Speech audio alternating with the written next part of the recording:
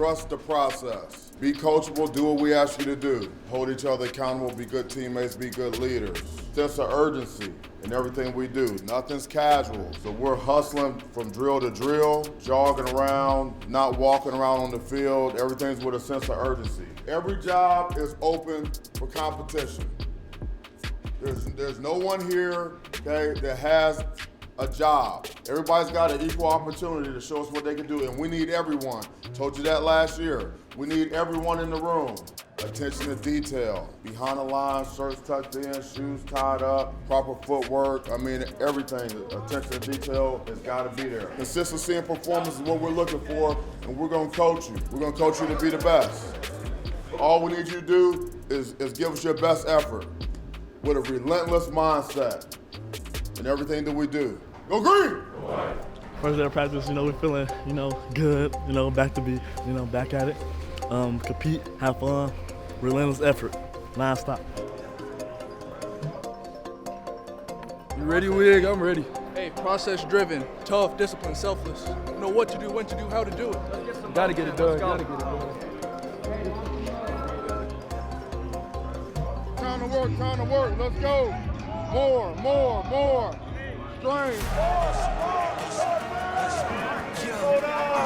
Strength. We control our destiny.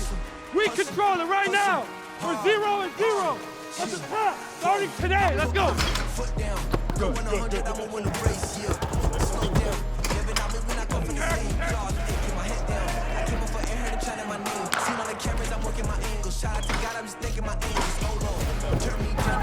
Stick on the jam. Move. Yes, man. Come on, no false up. Let's go.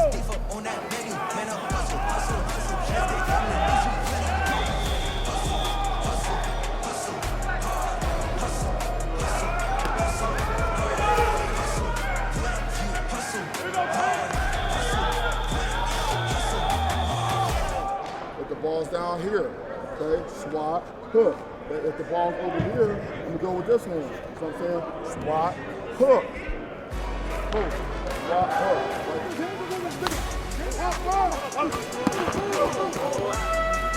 Go. There you go.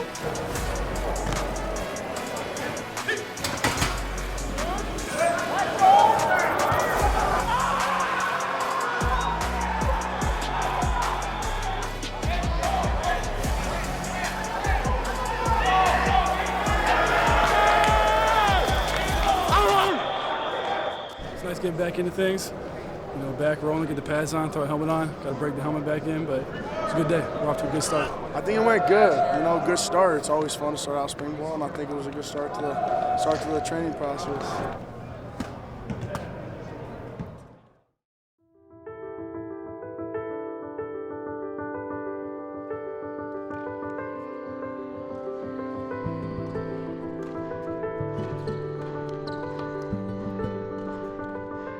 You never know what people have been through in their life, what they're going through on a day-to-day basis. All you can do is keep pushing them and be there for them when they need it. I mean, we talk about that all the time as a team. When so-and-so's having a bad day, come on, try to lift them up, try to do something, because, man, there's a lot. The good part of tennis is it's something that brings me confidence. It's an outlet for me. It's something that's fun. It's something that I've been able to travel a lot for tennis. I've been able to meet a lot of people with tennis, and that's just been really great.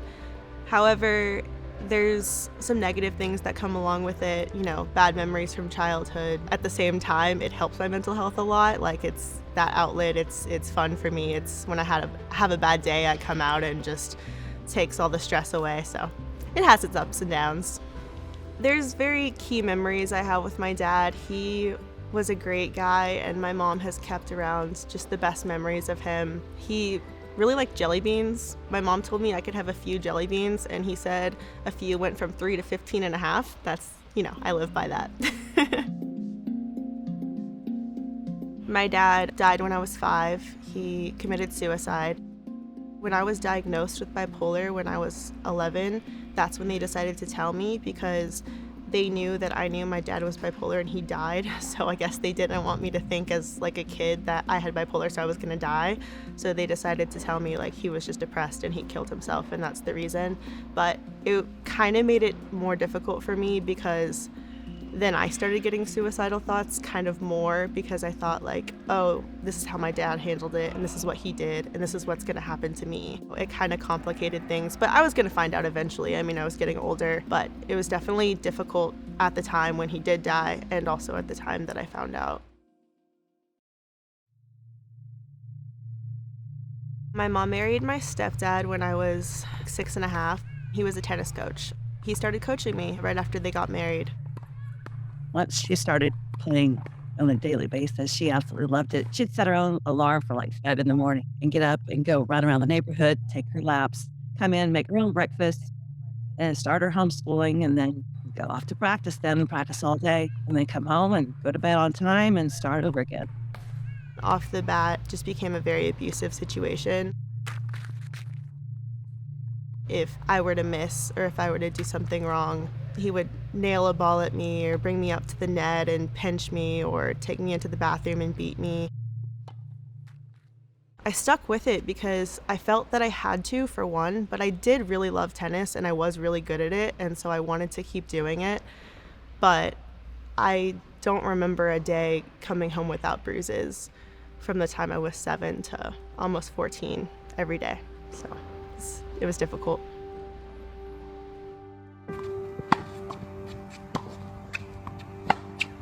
I didn't like practicing, and competing was even worse because I would go to tournaments and just be terrified to do anything wrong. And even the days that I would have my best practices, there were still times I would miss, or, I mean, you can't go through practice without missing. The times I loved tennis the most was when I would go to the USTA or go to tournaments when he wasn't there, and then I would have a lot of fun and be relaxed. But outside of that, it was scary all the time.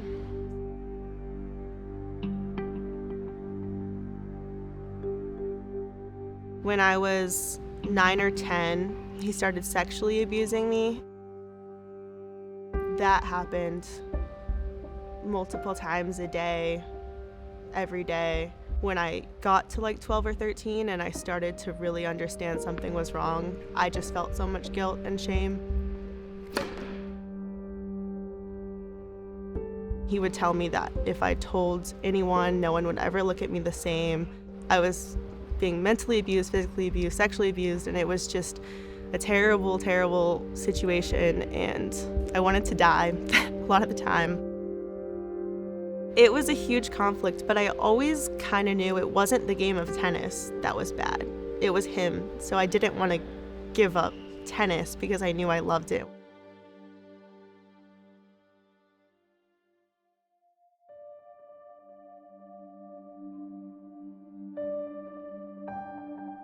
I finally went to a tournament with my mom. I've told her in the middle of the night because I was having a lot of suicidal thoughts. I was really scared. For years, she felt like she couldn't tell anyone. I can't imagine the fear not knowing what was really going to happen. When she shared her secret with me, that demonstrated the greatest courage possible. She called 911. Child services came the next morning. I was at a tournament, so they came before my match, talked to me about it, and I told them my story. They let me go play my match. I actually won the tournament. Then it went on into a court case that lasted a while, but I had to go up and testify in front of him. I don't know how I did it, but I did, and he ended up getting 50 years in prison. It was a year before the trial actually happened, so I think that was good because then she was able to talk to me. She strengthened her mind, kind of like she strengthens her body as a tennis player. And then she went in there and she had the same determination that she demonstrates on the tennis court. She looked at that person who controlled her for almost 8 years. She looked him in the eye and she answered the questions truthfully, which to me is pretty remarkable for that little girl. Kind of felt guilty actually at first because I felt that 50 years was a long time, but At the same time, like, I wasn't the one that gave him 50 years. All I did was go up and tell the truth. Everyone in the area kind of knew what was happening. The tennis world is small. There was this group of boys that they would bully me about it, to the point where I had to delete all of my social media for a couple years and just get away from it. It was a combination of everything. It was everything I was going through with my stepdad and the court case, and my mental health was not good. It's not that I wanted to die, it was just I was in a really bad state with mental health. So I took 2 bottles of prescription medication. My mom came in 30 seconds after I did it to come ask me if I wanted to watch a TV show with her. Otherwise she wouldn't have, because I was about to go to bed. And thankfully the hospital was 4 minutes away.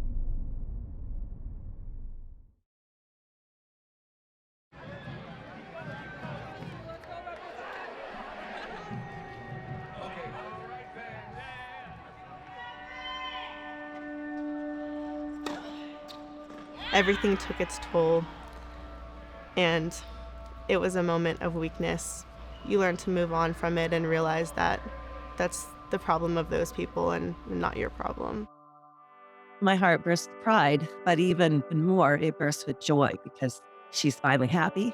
She was homeschooled, and so it was pretty amazing that she was accepted to Dartmouth. She did a double major, so that, it was no easy feat for her. Because of COVID, she got 2 more years of eligibility. She went from Dartmouth to Michigan State Tennis and fell in love with the coach and the team.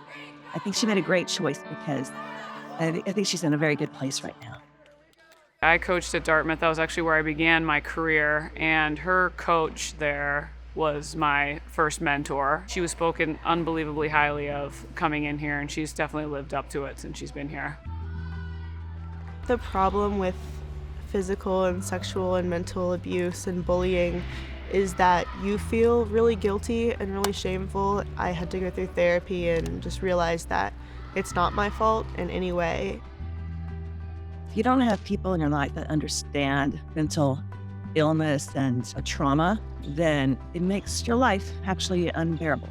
It's really important that people in roles of leadership really need to be educated, and so that they're more empathetic to things that Nicole's had to go through.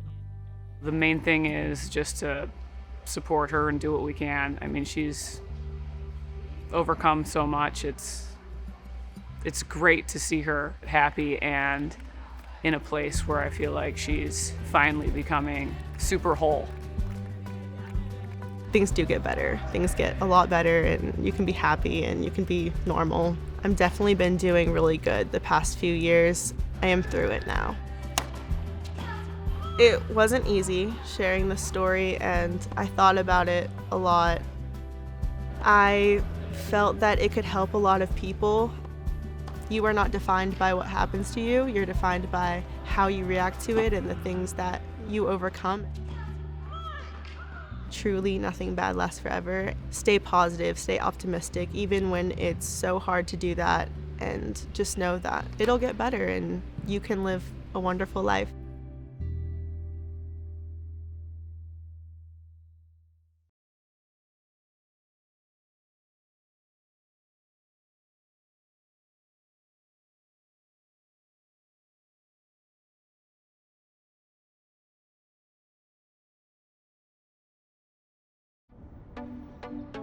We just arrived at the Whitman Tennis Center here on the campus of Arizona State.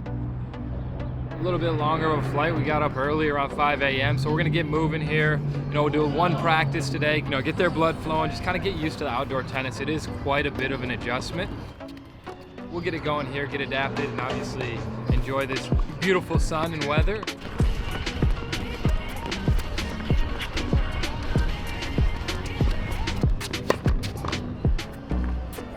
Let's go, guys, let's go. We're gonna win matches. Right? Let's call it up here. Get your cool down. Noah's got you guys for a good stretch here. Obviously this was a, heat in the heat, a little bit more physical of a practice, but we got time this afternoon to recover. You guys got it? Great job, guys. Let's call it up. Spartans on 3, 1, 2, 3. Spartans.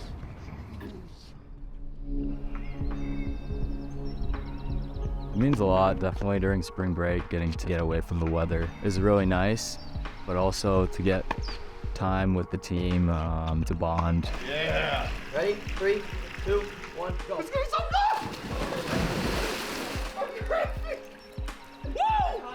Get like 2 hits a day, get good work in, get physically fit, get mentally fit.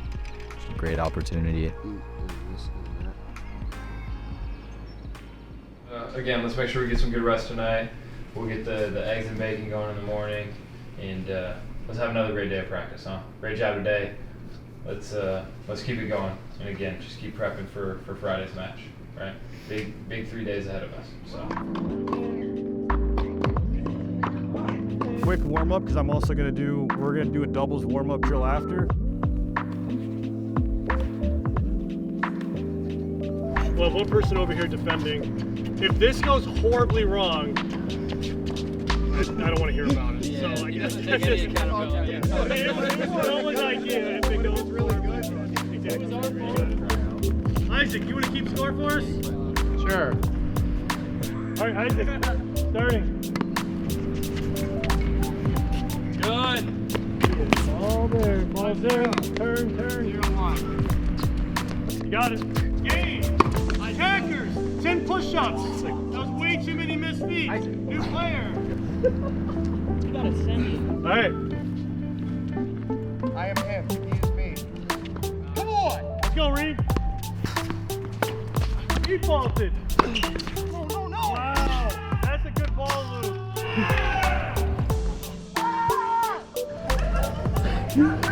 That was a one time to like Peyton the line. I mean, wow. He doesn't care about it. Hey, Reed, do your push-ups while you're on camera. Let's keep this memory.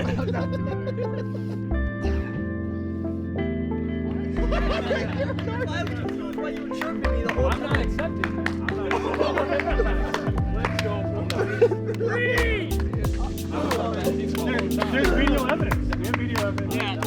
You're on our team. Let's get you your shirt. You're like,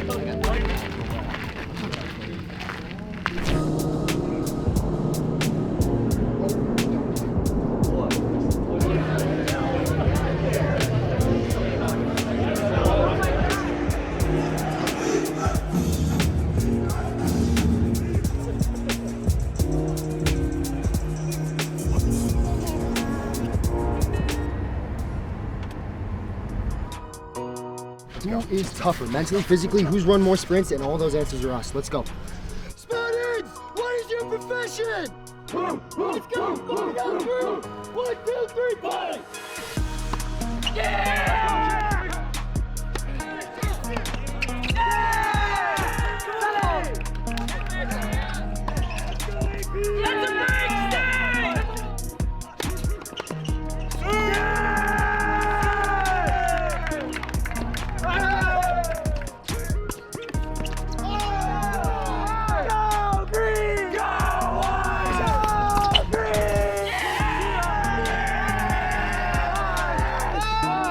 I'll tell you one thing. Take everything from them. Everything.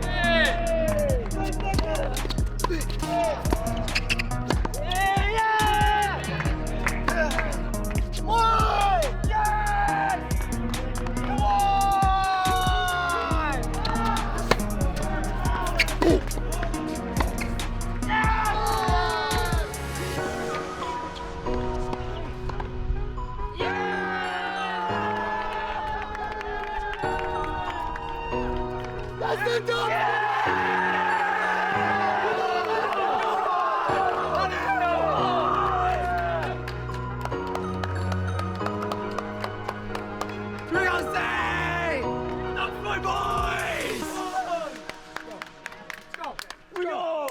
Here at In-N-Out Burger after a big 4-1 win over a tough Drake team. JP's enjoying some animal fries here, but it was a great trip.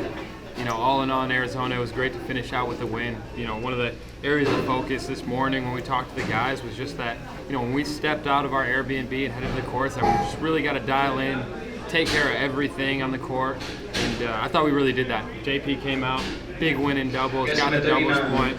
And after that, it really felt like everything was going to go our way, and we really got to dial in here. Big Ten season is coming up. We got to bring everything every single day, and you know, we're really excited. So great way for us to end the trip. Everything was good here. We're gonna enjoy. Go Green.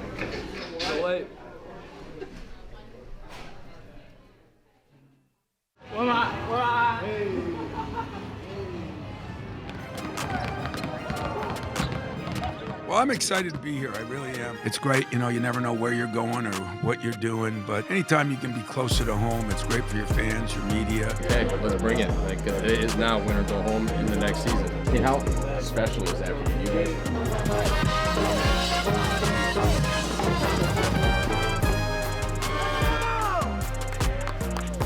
Go State! Go State! Go State!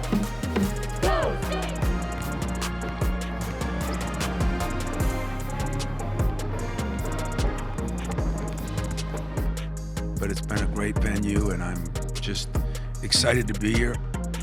We've been a very good defensive team 3/4 of the year. We've been a very good offensive team 1/4 of the year. You hope that in this new season you can put the two together, and that's what we're trying to do.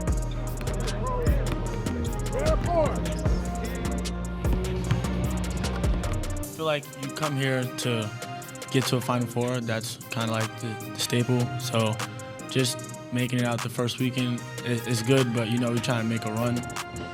Around this time of year, you got to raise your game up to a higher level, so not too much pressure. We take pressure as a privilege as well, so just coming out here to try to win games.